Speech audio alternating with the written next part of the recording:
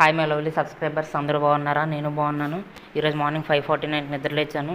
ఆ తర్వాత అలా బయటకు వచ్చి చూస్తే క్లైమేట్ అయితే చాలా బాగుంది.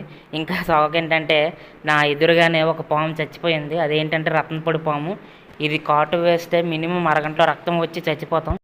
ఈ పాము కానీ నా రూమ్లోకి వస్తే నేను ఇది ఖచ్చితంగా బకెట్ తన్నేసేవాడిని. కుక్కలు పిల్లలు కూడా ఫుడ్ పెడితే విశ్వాసం చూపిస్తాయని నిరూపించారు. థ్యాంక్స్ తమ్ముళ్ళు, మీ రుణం తీర్చుకోవాలని ఎప్పటికీ.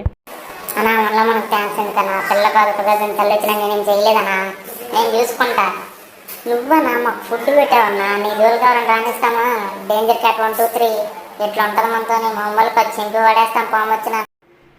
మా తమ్ముళ్ళు థ్యాంక్స్ చెప్పిన తర్వాత అలా టీ ఫ్లవర్కి మళ్ళీ వెళ్ళాం మా ప్రదీపనతో. నేను మా అన్న 2 టీలు తీసుకున్నాం. ఈరోజు 2 మసాలా టీ తీసుకున్నాం. టేస్ట్ అయితే చాలా బాగుంది.